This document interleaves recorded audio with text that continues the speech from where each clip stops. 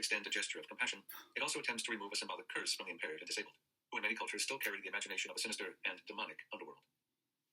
7. Humorless Hitler. Freaks, costumes, theater, pageant, but no comedy. Hitler had no humor, said Albert Speer, his architect and armaments minister. A secretary who worked daily with him said, I must say I never heard him laugh heartily. And a companion of his youth said that he was totally lacking in a spirit of self-irony. He could not pass over something with a smile. Among soldiers on the front, he never laughed or joked. He had a horror of being laughed at. He told no suggestive jokes and forbade them in his presence. The devil may act like a trickster, show wit, play the clown, dance a jig, and be a jokester. But the humus and humility of humor, never. Humor, as the word also implies, moistens and softens, giving life a common touch. It is anathema to grandiosity, fostering self-reflection and distancing us from self-importance. Don't trust those who don't humor laugh is at essential to themselves. growing down. See Chapter 2. I don't have The laughing humor. recognition of one's own absurdity in the human comedy bans the devil as effectively as garlic and the cross. Chaplin's The Great Dictator did more than mock Hitler. It revealed the absurdity, the triviality, Humor and the tragedy of demonic Dance inflation. that gets rid of the devil. General characteristics of the demonic.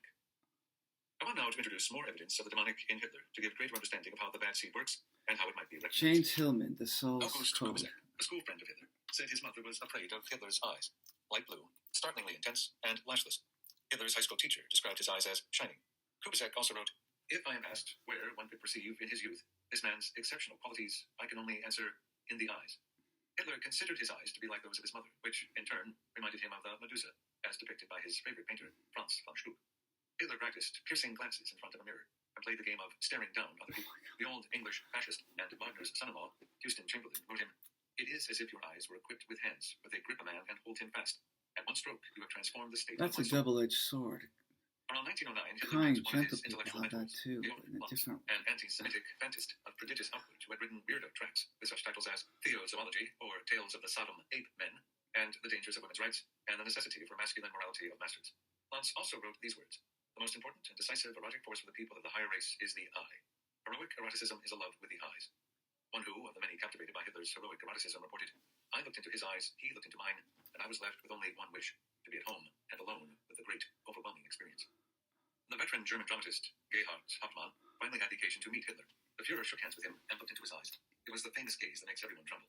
Later, This Hauptmann part said of to the book his is too friends, It was the greatest depressing. moment of my life. Ethos, Anthropoi, Daimon. In the beginning, even before Socrates and Plato, was Heraclitus. His three little words, ethos, anthropoi, daimon, frequently rendered as character is fate, have been quoted again and again for 2,500 years. No one can know what he meant, though few fail to offer interpretations, as this list of English translations demonstrates. Man's character is his genius. Man's character is his daimon. A man's character is his guardian divinity. A man's character is the immortal and potentially divine portion of him. Man's own character is his daimon. Man's character is his fate. Character is fate. Character for man is destiny. Habit for man, God.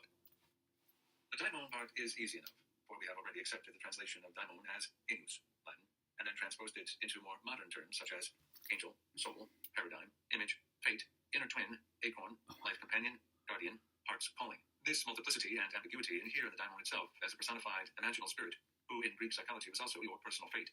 You carried your fate with you. What is It your was your daimon? particular accompanying genius. That's why translators of daimon sometimes say fate and sometimes